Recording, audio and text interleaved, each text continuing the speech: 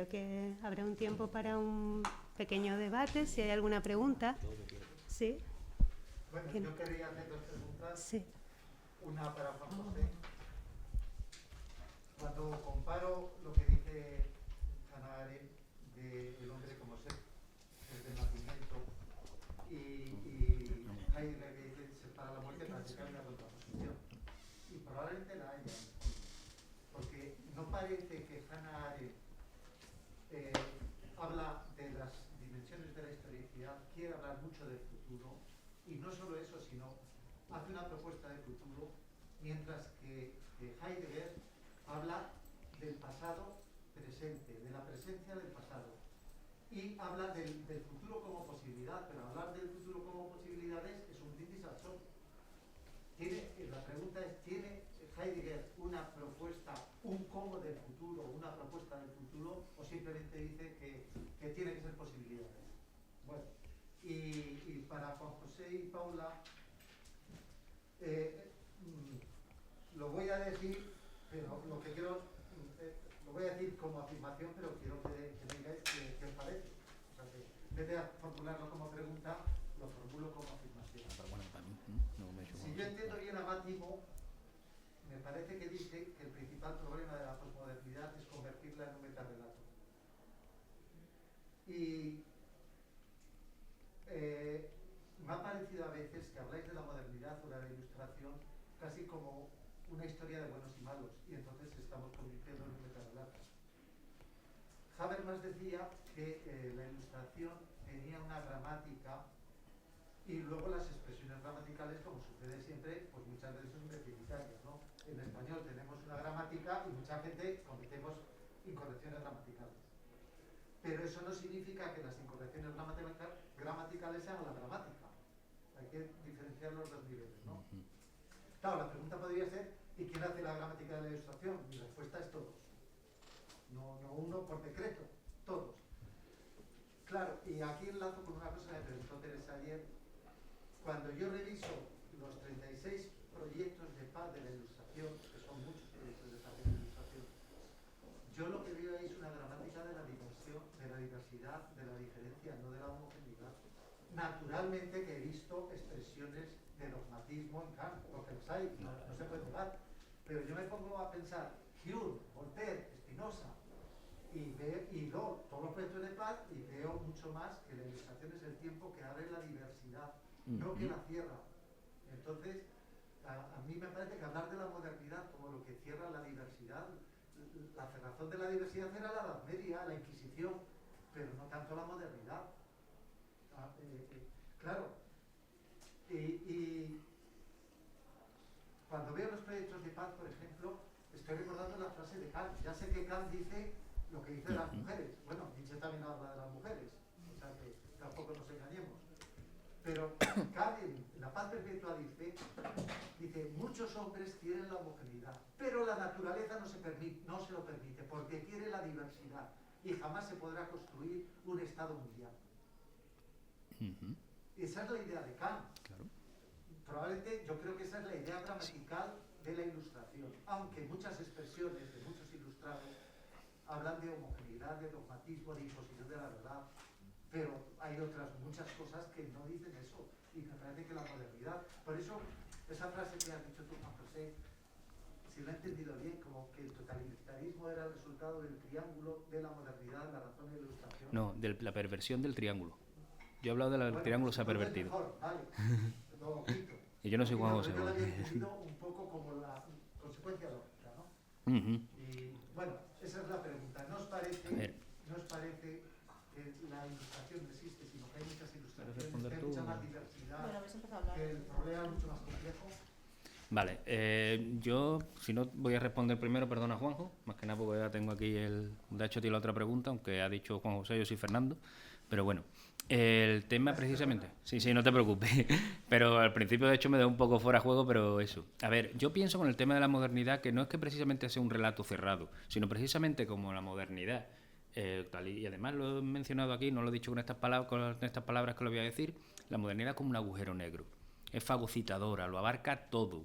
Incluido, por ejemplo, puede llegar a abarcar la posmodernidad. La posmodernidad no es una época, sino un una corriente de pensamiento, por llamarlo de alguna manera, ¿sabes? Y el problema es que eso también lo abarca, igual que el capital. El capital incluso abarca hasta los movimientos que van contra el capital, ¿sabes? Por ejemplo, ahora mismo que estamos en boga con el movimiento feminista o el movimiento LGTBIQ, pues todos esos movimientos incluso los fagocita el capital. ¿Cómo? Con una forma tan tonta como que sale una ministra con una camiseta que dice yo también soy feminista, al día siguiente vuela en Zara. El capital lo abarca todo y la modernidad toma esas mismas herramientas y por eso te digo, no es como un relato al uso, es que abarca y simplemente lo único que tiene es un poco de diferencia con lo antiguo. ¿Lo antiguo qué es? Pues lo que ocurrió ayer, lo que ocurrió hace 3000 años. Y sin embargo, que me he venido a contar un poco, lo antiguo, también, lo moderno, también está en la antigüedad clásica, a pesar de que lo clásico suena antiguo. Ese es el problema que tiene, a mi juicio, la modernidad, que es fagocitadora. Y por eso recurrió a Carl Levitt. Carl Levitt, discípulo de Heidegger, no dice, precisamente defiende una idea frente a la legitimidad de la época moderna de Blumenberg, o mejor dicho, Blumenberg sale más bien a la contra de Levitt. La modernidad como tal no es una época, sino que simplemente viene un continuum. Yo ya estas cosas, ya estuve hablando, ya también tengo un trabajillo sobre el tema, que precisamente dónde están las fronteras de la modernidad. La frontera de la modernidad, dice tú, bueno, Petrarca es un moderno, crea el Renacimiento, sí, pero el Renacimiento que además lo que hace es mirar al pasado. Lo que yo vengo a defender es que la modernidad realmente no es una época, no es una, mejor dicho, no es un relato como tal, sino que es el relato.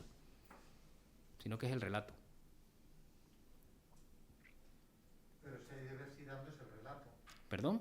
Es un relato fago. Es que el problema es que, mejor dicho, no es un relato, es una colección de cuentos.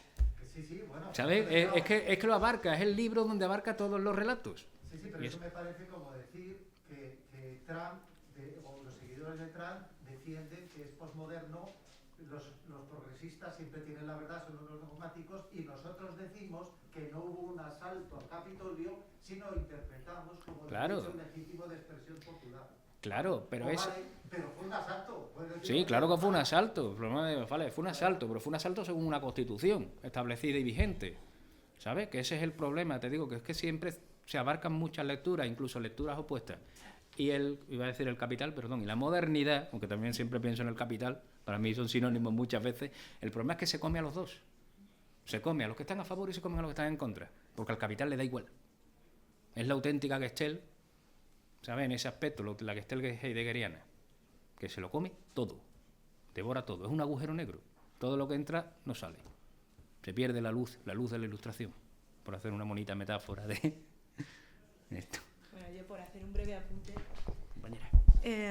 Por hacer un breve apunte, bueno, no, yo es que no lo concibo como metarrelato, pero porque metarrelato implica un algo cerrado, como también ha indicado él. O sea, yo creo que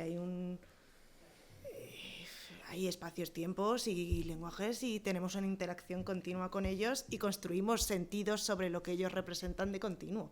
En ningún momento caería en dialécticas de buenos o malos. Incluso la ilustración, obviamente, siembra semillas de diferencia, como has indicado. Y luego, bueno, pues igual que se fundaron semillas de diferencia anteriormente. O sea, realmente yo cuando hablo de dogmática, cuando hablo de metafísica con Heidegger, o sea, creo que es algo transversal, incluso muy humano, y que dependiendo de la epocalidad, pues se manifiesta de una forma u otra, pero no lleva nombres y apellidos necesariamente. Entonces, bueno, yo creo que es más bien entender el devenir como un continuo, ¿no? Y como un sentido continuamente recreado, abierto, interpelado. Entonces, ahí estamos. Además, eso, precisamente, voy a volver a... Es que te digo, como uno coja el hilo no lo suelta, ¿sabes? Y sobre todo tiene que ver precisamente lo que ha comentado ella, ¿no? De buenos y malos. Precisamente la democracia, y esto también lo he contado en el rollo este que os he contado, la democracia precisamente se define ella misma como el imperio del bien, ¿sabes? Y además como precisamente frente a los islamistas que son malos, frente incluso a los trumpistas que son malos, o también pasó a los comunistas que eran malos, y los anarquistas que eran malos, y los sevillistas, pero eso están más allá de todo relato. Esos son malos ya de por sí, ¿sabes? Lo peor de todo es que miramos muchas veces la modernidad y en el fondo tomamos las lógicas como eso, como si fuéramos partidarios de un equipo de fútbol, y ahí no hay partido de fútbol que valga, ¿sabes? Ahí esto es el estadio lleno vociferando y no hay juego, no hay partido ninguno. El árbitro paró el partido hace ya un tiempo y nosotros seguimos vociferando ahí en las gradas. Bueno, voy a ser muy breve. Es un tema que hay ya publicaciones al respecto, ¿no? A mí me gusta pensarlo No, mía no. Pero porque no ha sido un tema... Pero es la crítica que se le hace siempre a Heidegger, ¿no? Heidegger deja claro realmente que el Dasein es un ser venidero y que el horizonte temporal, el éxtasis temporal primordial es el futuro. Pero yo creo que el asunto está en insertarlo en dos maneras ontológicas de entender la muerte. Una es la que nace de Epicuro, que luego la toma Spinoza, como concibe la muerte como un fenómeno exógeno a la vida. Leo, por ejemplo, de Epicuro: la muerte, el más terrible de los males, no se relaciona con nosotros, pues mientras estamos vivos no existe, y cuando ella es, no existimos nosotros. Por lo tanto, está fuera. ¿Qué piensa Heidegger? Pues Heidegger es español, porque piensa como la corriente española. Alfonso Reyes, cito: eras la muerte y te llamé la vida. Quevedo: la muerte no la conocéis, y sois vosotros mismos vuestra muerte. Tiene la cara de cada uno de vosotros, y todos sois muertes de vosotros mismos. A la par empiezas a nacer y a morir, que naciste para morir y que vives muriendo. Eso piensa Heidegger. Es decir, todo acto de comienzo se inscribe en la temporalidad suprema, por decirlo así, que abre la muerte, como indisponible, o como la posibilidad de toda imposibilidad. Entonces, no veo realmente que el carácter de la muerte tenga ese carácter moribundo, o ese carácter necrofílico, si quiere decir así, porque lo que está diciendo, lo que hace la muerte con respecto al nacimiento y a las posibilidades nuevas es instaurarle, tatuarle el sello de la temporalidad, que es el sello de que todas las cosas humanas son finitas. Lo que hace la muerte, por decir así, darle el temple a la idea de el nacimiento, lo nuevo, porque para Heidegger sería muy peligroso. Si no partimos de eso, entonces las acciones humanas no tienen suelo, no tienen su condición ontológica. Entonces, no sé si Arendt se inscribe más en el lado heideggeriano o en el lado de Epicuro, Spinoza o Montaigne, que también tiene frases donde la muerte en verdad es un asunto exógeno a la vida, por tanto no lo pensemos, porque pensar sobre la muerte es pensar sobre un vacío, sobre algo que no tiene sentido, porque mientras él no son. Eso es lo que te podría decir, ¿no? Pero evidentemente la propuesta de Heidegger no tiene una propuesta teórica política, si lo quiere decir así. Es lo que la propuesta de Heidegger es su testimonio vital. Y ya sabemos lo que hizo. Y habría que explorar lo que hizo y por qué lo hizo. Pero eso sería la propuesta. La propuesta se intuye en Ser y Tiempo, que es la reconstrucción de una comunidad. La rehabilitación de una comunidad que él la cree en el pueblo alemán. Y eso es complejo. No me siento capaz de poder articular algo con más profundidad, ¿no? Pero yo creo que esa es la propuesta política de Heidegger. Es una pregunta muy pequeña, no sé si hay preguntas o hay manos antes. En relación a... Bueno, yo comparto enteramente el clima, el modo, el lenguaje de lo que se ha dicho, y desde luego creo que estamos ante una nueva generación, o otra, una generación diversa a la hora de plantear también la filosofía de la historia que nos ocupa en la relación modernidad-posmodernidad, ¿no? Y respondiendo a una de las preguntas que nos hacía en común Juan José, que es la de, una vez trazado el problema, tal como tú lo trazabas en el parágrafo 74 de Ser y Tiempo, y quien lo retoma notando que la Quere, cuando hable de la historia del ser, es Bátimo.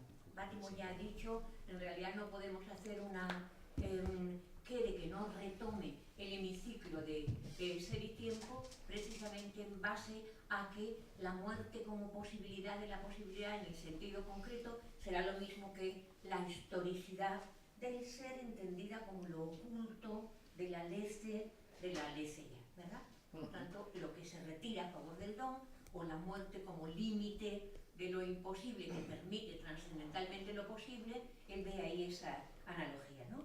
Y claro, mi pregunta es una pregunta retórica que continúa, yo creo, la que tú hacías, y es ¿de qué otro modo podría haber una futuridad diferencial que no fuera la de la heredad de lo posible de un pasado abierto, no consumado ni dejado atrás? Al contrario, en la repetición de lo nuevo no hay novedad nunca. Y esa sería una de las dimensiones más profundas de si afirmar la posmodernidad.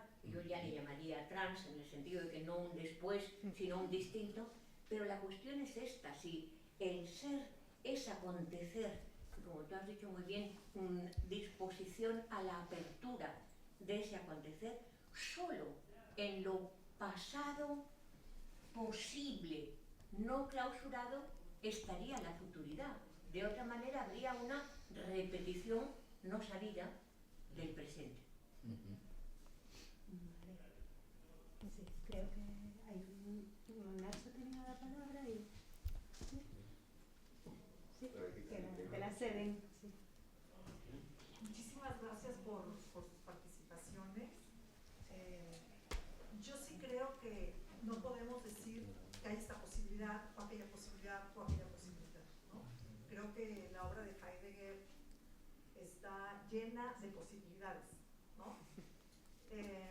La cuaterna, la reserva, el no poder, ¿no? Yo soy más, me atrae mucho toda esta idea que Heidegger habla de la amistad, ¿no? Dice, es lo que está requerido de no poder, ¿no? O sea, no está requerido de más y más y más, ¿no? Sino que es posible porque no está, digamos, motivada por el acrecentamiento. Entonces tiene la tranquilidad, ¿no? Entonces, y luego finalmente, todo esto viene en un parágrafo que a mí me gusta muchísimo y que ya van 2 veces que lo platico, ¿no? A mí me da mucha, la filosofía un poco me desespera a veces porque como que dices, aquí está, o sea, es esta idea de la nada es la posibilidad, ¿no? Es lo que impone un corte, ¿no? Es lo que hace posible un corte. Entonces, estos textos pues son más tardíos, y me parecen más bien, ¿cómo te voy a decir? Ser y tiempo me parece todavía, está el poder ser propio todavía. Entonces, el poder ser propio me parece que no corresponde a la reserva todavía, ¿no? A la reserva del ser. Entonces, yo sí creo que en Heidegger hay caminos para corresponder a la reserva, ¿no? Y es muy conmovedora también su idea de la historia de la metafísica, ¿no? Esa idea es el velo que el ser corre para ocultarse, ¿no? Para ocultarse a sí mismo, ¿no? Como misterio, ¿no? Creo que también ha pensado como la muerte de nuevo, por ejemplo, en ese texto de Poéticamente habita el hombre, y ahí dice, es la muerte una y otra vez, continua, la muerte continua, ¿no? Es vivir, morir todo el tiempo, ¿no? Pero yo creo que no dice ni morir, ni vivir, sino dice morir continuamente, ¿no? Entonces, creo que allí hay otras posibilidades para ser apropiados por la reserva, ¿no? El no poder en vecino, ¿no? Y bueno, es lo que quería decir. Gracias. Pues no sé si, porque estamos ya un poco entrando en tiempo, pero creo que sí. Bueno, yo creo que respondan. Sí. Yo, a ver, me ha parecido muy interesante las 2 aportaciones. Con respecto a lo que ha dicho Teresa, estoy de acuerdo con ella. Me interesa, yo diría lo que bajo qué condiciones el pasado deviene posible. Claro, sabemos que en el actual mundo del consumismo el que gobierna es SADE. Que gobierna es SADE, por eso la repetición. Cosa. El pasado se puede posible si nos volvemos sujetos deseantes. Sería la propuesta que podría decir. Para que liberemos las posibilidades omitidas realmente de nuestra tradición, ¿no? Diría eso, pero eso habría que verlo muy bien. Desde luego, la cuestión de la apertura del deseo requiere una entrega y un cuidado a la alteridad. Por tanto, cuando se habla de deseo, también se habla de solicitud y entrega a la alteridad. Pero desde luego creo que, no sé si, aunque haya un pasado muerto, ese pasado reaccionario, no sé si en términos ontológicos el pasado es siempre posible. Otra cosa es que nosotros lo convirtamos en cerrado, o el puerto cerrado, como estaba hablando antes, ¿no? De Salvini, ¿no?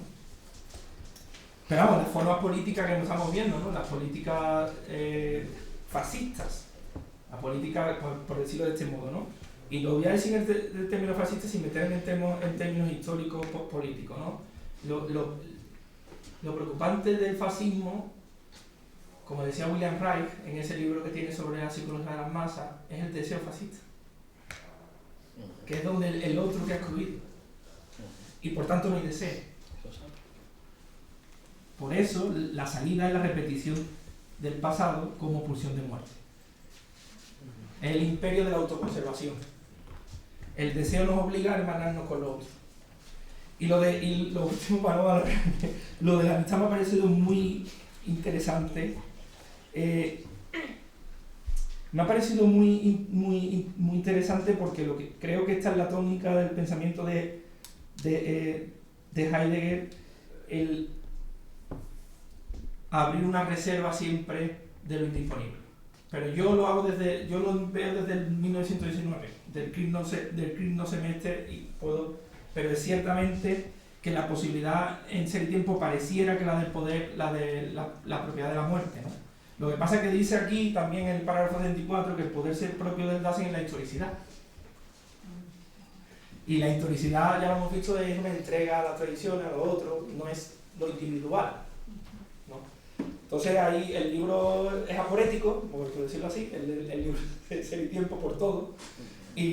Pero sí, estoy de acuerdo de que hay muchas maneras y todas me parecen legítimas e interesantes de acceder a Heidegger, mediante nos ponga en marcha el filósofo, que es lo importante. O sea, lo importante con Heidegger, bajo mi punto de vista, no es que imitemos a Heidegger, sería absurdo, ¿no?, decir lo mismo que Heidegger, sino que desde Heidegger aventuremos nuevas propuestas, ¿no? Pero es que yo tengo otra pregunta. ¿Cómo entendemos el deseo, entonces? O sea, el deseo o sea, yo recuerdo cuando leía Bataille, lo imposible y todo esto, ¿no? Entonces hay un deseo de, perdón, sí, luego platicamos. Estamos ya sobre el tiempo, lo hemos sobrepasado, está el ponente esperando. Yo creo que se puede continuar después el debate, ¿no? Sí, porque es que ya, yo creo que la moderadora tiene que hacer, el moderador tiene que hacer. Sobre todo también porque la